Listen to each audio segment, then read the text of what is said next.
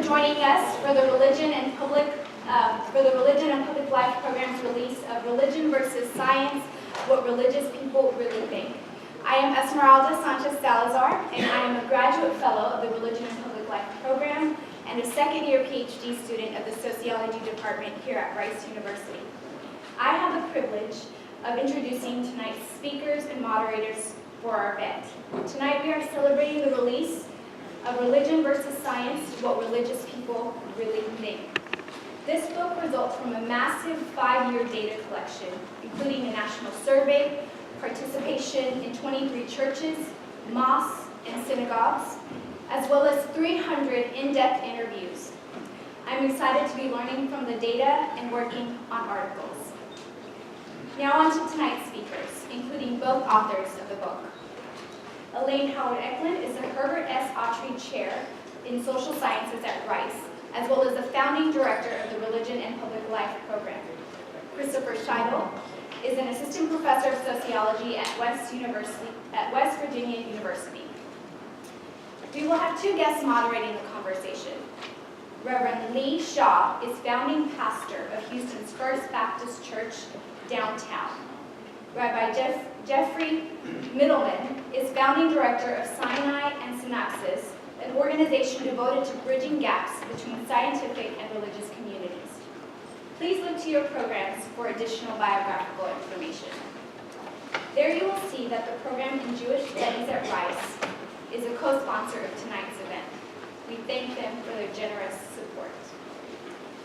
Allow me to explain the flow for the evening. Elaine and Chris will highlight some content from the book. Then our moderators will lead an in-depth conversation on these findings. And finally, there will be some time for a few questions from you, the audience. Please join the authors and moderators for a reception in the foyer following the formal event. Books will be available for sale, and both authors will be signing purchased copies. Thank you, and please join me in welcoming Elaine Ecklund.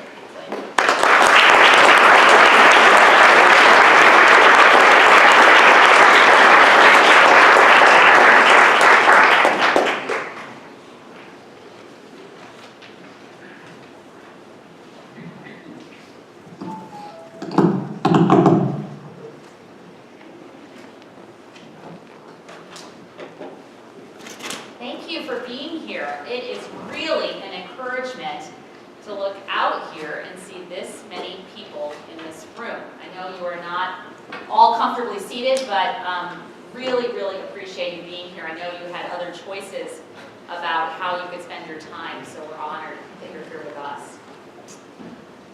I can point out the moment when I first asked myself, what do religious people really think about science? That question popped into my head a few years ago. I was in a rural church in the farm country of upstate New York at a Bible study. I was conducting interviews for some research that my PhD dissertation advisor was doing on family life. I met a woman at that Bible study who asked me what I did for my work, and I proudly answered that I was a PhD student at Cornell University. And the woman responded, "Yuck! I wouldn't want my children to attend Cornell University." Have you heard of Cornell? I don't know, we're in the South. I was surprised. So most people think of Cornell, an Ivy League school, as a top university, and I thought maybe the woman wanted her children to attend Harvard instead, or perhaps Rice University. I asked the woman to explain why she responded so strongly. I was a little bit defensive. And she said that she wouldn't want her children to attend Cornell because they might be exposed to scientists who would take them away from their faith. That's when I began to ask, is this woman typical? Are scientists, out to eat young Christian children for lunch? Does this woman think like all other religious people, particularly Christians, do? And that started a journey. Christopher Scheitle and I wrote this book, and Chris will be joining us in just a few minutes, but we were supported and joined in this very collaborative effort by all of these students and staff and postdoctoral fellows of the Religion and Public Life program. I know some of you are seated here tonight, and I'm so deeply grateful. Projects like this take a very long time, and these undergraduates that were with us when this project began are now successful lawyers and doctors and social workers and on to the other aspects of their professional lives, but know that I am so grateful. This research was also supported by the John Templeton Foundation, to which we are incredibly grateful. And we had smaller partner and outreach grants from Rice University, which believed in this work from the very beginning, and from the Shell Center for Sustainability, which supported the pieces on environment data collection. Why should we study what religious people think about science? We see a lot of stereotypes and caricatures of that. On the one hand, you have vocal atheists presenting religious Americans as inherently ignorant of or hostile to science. Richard Dawkins has said faith is the great cop-out, the great excuse to evade the need to think and evaluate evidence. Faith is believed in spite of, even perhaps because of, the lack of evidence. On the other hand, you have a few selected figures that seem to personify what Dawkins thinks and reinforce those very stereotypes. Ken Ham says that believing in a relatively young Earth, only a few thousand years old, which we accept as a consequence of accepting the authority of the Word of God as an infallible revelation from our omniscient Creator. These images that we see in the media and some public conversation, or lack of conversation really, often reinforce the view that religion and science are inherently in conflict. And as we will show, this view can be dangerous for science when we think that over 80% of Americans think of themselves as religious, over 90% believe in God. Many of these are part of the kinds of Christian communities that have been pitted as being against science. We will show this view can be dangerous for faith communities as well as for the science community. Here's where we as social scientists, I think, have the ability and really the responsibility to bring real data to the conversation so we can move beyond caricatures and stereotypes. Over the past 5 years, Chris and I, along with our students, have been conducting research to try to begin, this is not the end, but really the beginning of understanding exactly what religious people, here we're concerned in particular with Christians, Jews, and Muslims, think about science. Our study starts with two types of information. The first stream consists of statistical analysis, a new nationally represented survey of all Americans, so not just religious people, but all kinds of Americans, non-religious people, people of all kinds of traditions, who are spiritual but not religious, of over 10,000 U.S. adults. We surveyed them, and for those who've ever taken a survey, I'm sure most of you in this room have. How many of you have ever taken a survey? Just raise your hand. Okay, so pretty much everyone. You know that I, as the researcher for a survey, I get to choose the categories, right? I literally box you in. Like I give you little boxes that you check, and so I decide your range of answers. And religion is not one of those things that can always be boxed in, right? It is something that is highly interpretive. And so we wanted to actually get into congregations of various sorts, and synagogues and mosques. And we wanted to see on the ground with our own eyes and with our own experiences what people of faith think about these issues. And to that end, we did 319 in-depth interviews, which is a lot, that resulted in thousands and thousands and thousands, not probably 3,000s, but at least thousands and thousands of pages of transcribed materials. We did those interviews in Houston and in Chicago, and we were particularly concerned, as I said, with the views of Christians, Jews, and Muslims. So Chris is going to talk to us a little bit about some of the things we found, and then I'll be back with you in a few more minutes.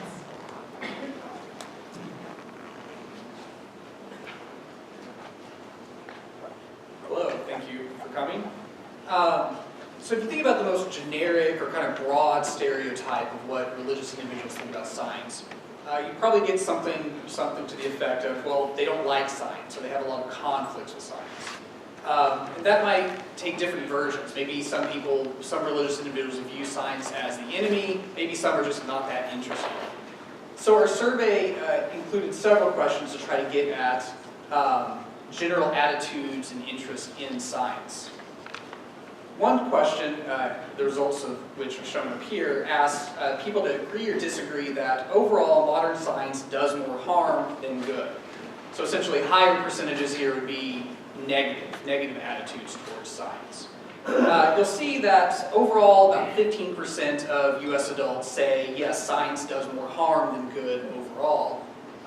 The inverse of that is that most US adults actually have pretty positive attitudes towards science. Most interesting for our purposes here is that those percentages aren't really all that different across religious groups. Even evangelicals, who maybe you would think would be the ones that would say, yes, science really is bad for society, are actually a little bit less than the overall percentage agreeing that modern science does more harm than good. In the interviews we did, we saw a lot of reflection of this general positivity across religious groups.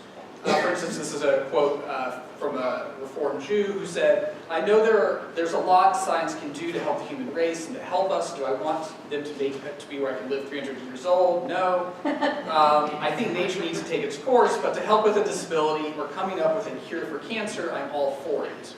And we would see this general attitude about, yes, science is great. It does great things in society. So maybe the issue isn't so much that religious individuals view science as the enemy or bad or harmful, but maybe it's just that being religious makes you not very interested in science. Our survey also asked people just a general question: please tell me how interested you are in a variety of different topics, one of those being new scientific discoveries. On this question, you do see a little bit more difference or variation across religious groups. So you'll see overall 31% of US adults say that they're very interested. So this is one category response, very interested, the most interested possible that we offer. 31% of US adults say, yes, I'm very interested in new scientific discoveries. This is lowest among evangelical Protestants at 22%, and highest among Jews, non-Western religions, and the non-religious, ranging from 40 to 50%. So from this, you might conclude, okay, well, yeah, this seems to be the story, that evangelicals in particular, and maybe Christians more broadly, because if you look at the mainline Protestants and the Catholic percentages, they're somewhat lower than the non-religious as well. Maybe the issue here is that they're just not interested in science. But that conclusion becomes a little bit more complicated when you look at another question or another issue we ask people to rate how interested they are. This one asks, how interested are you in new medical discoveries? And obviously, new medical discoveries is not ascientific. It has connections to science. And when we look at these percentages, we see that the gaps shrink a lot. So where you had previously with the new scientific discoveries, you had a 20 or so percentage point difference between the evangelicals and the non-religious. That shrinks down to about 6 percentage points. What does this suggest? Well, based off of other survey questions that we've asked, other analyses that we've done, and other interviews, we found that for many religious individuals, their interest in science becomes piqued or greater when they can connect it to things that seem theologically relevant to them, such as helping or bettering the world or ending suffering.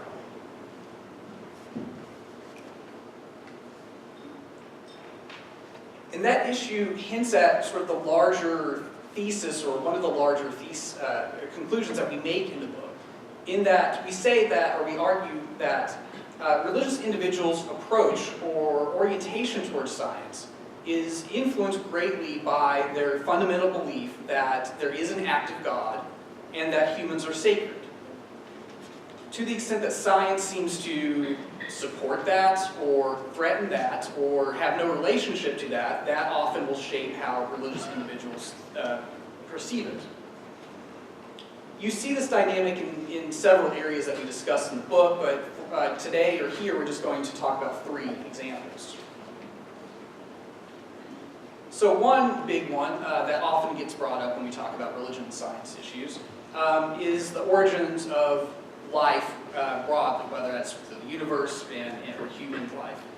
As this quote from Bill Maher's documentary Religulous, that's not a typo, that's actually, that was the title.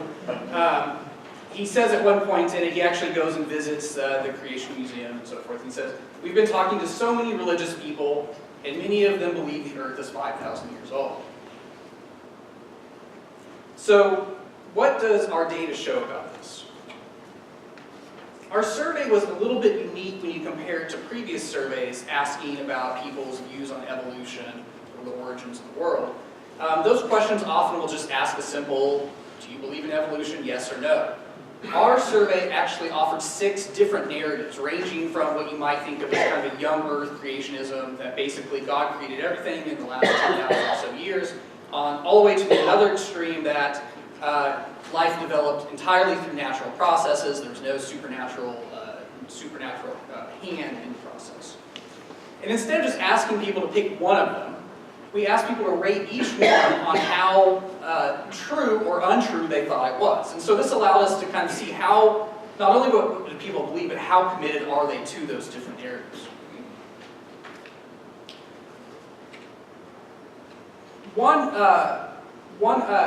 Some of our findings from that survey, those survey questions, were not entirely surprising.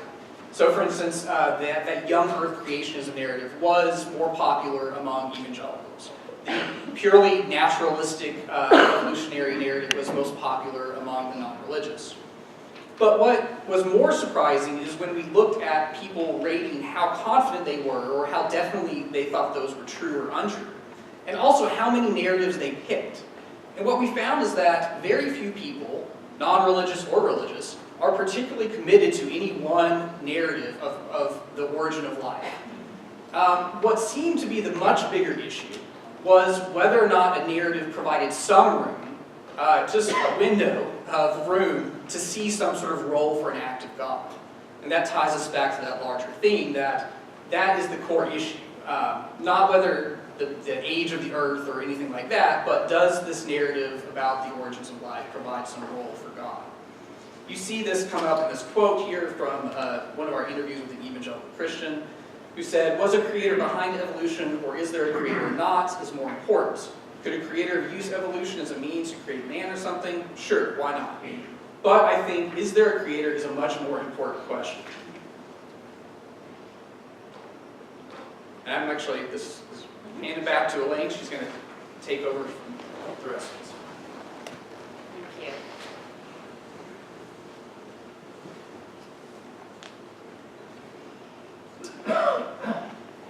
So another area of scientific research where big issues of who God is and who human beings are and their sacredness in particular come up is around research with embryos.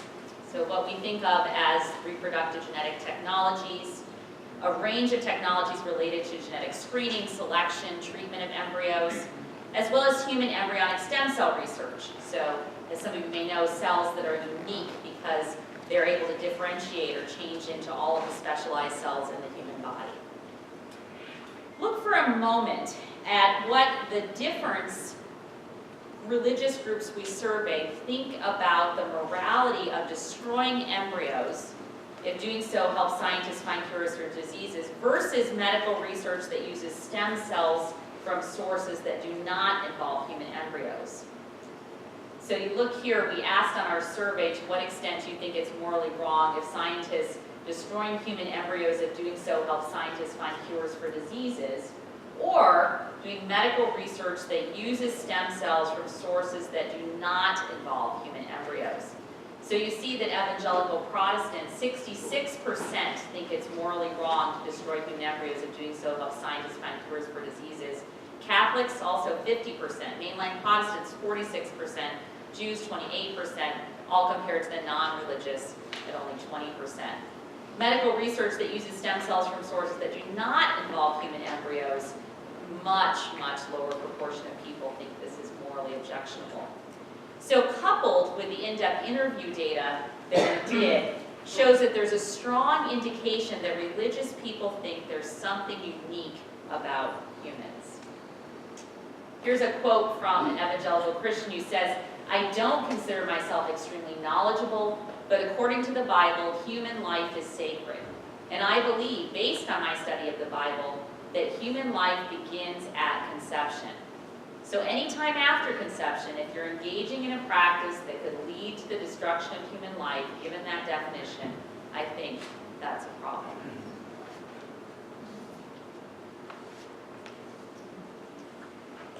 We should not sugarcoat the differences between some faith communities and some in the scientific community. There are real differences. So, for example, 38% of all Americans, compared to 60% of evangelical Christians, think that scientists should be open to considering miracles in their theories and explanations. I did an interview about this research one time a couple of years ago, and I told a science journalist who interviewed me for a science magazine about this research that some religious individuals believe in miracles and think scientists actually ought to consider miracles in their research and theories, and he replied without missing a beat, "Are you crazy?" So 39% of evangelicals, further from our data, say, "I've witnessed a miraculous healing," compared to 15% of Catholics, 9% of Jews, and as I said, 60% of evangelicals think scientists should be open to considering miracles. Here's an interview we did with a woman in a mosque who said, "God is the ultimate creator, so God is not bound by the laws of nature. He has created the laws of nature. This means that maybe in 99% of the cases, if a child has cancer, he will die, but I believe God can intervene and God can suspend the laws of nature." So those are just a little snapshot of some of the things we talk about in this book. After 5 years of research, we've learned that religious Americans are indeed interested in and appreciate science in a variety of ways, particularly if it's science that can help people. And they also care deeply, though, about maintaining an active role for God in the world, and at least for the Jews and Christians and Muslims that we talk with, protecting the idea that humans are sacred, created in the image of God, and hold a special place in creation. So where are we now, based on what we've learned? We've become more convinced that we need a sincere kind of dialogue between faith groups and the science community. So we want to start with throwing some things out there to lead into our broader discussion. So what should scientists do? To our surprise, and maybe for some of the scientists in the room, this might come as a surprise to you too, we found that there seemed to be some shared interests between scientific and religious communities that might have an impact for the common good. So to reach religious communities, and remember I told you a lot of people in the U.S. think of themselves as religious, some of those think of themselves as having some conflicts with some aspects of science. Scientists might start with clearly explaining how scientific knowledge can help us better care for one another and care for creation. So they might lead in public outreach with explaining how science helps people. That seems very self-evident sometimes, but sometimes that needs to be articulated maybe a little bit more clearly. Here's another thing that scientists might consider. They might see their fellow scientists who are in pews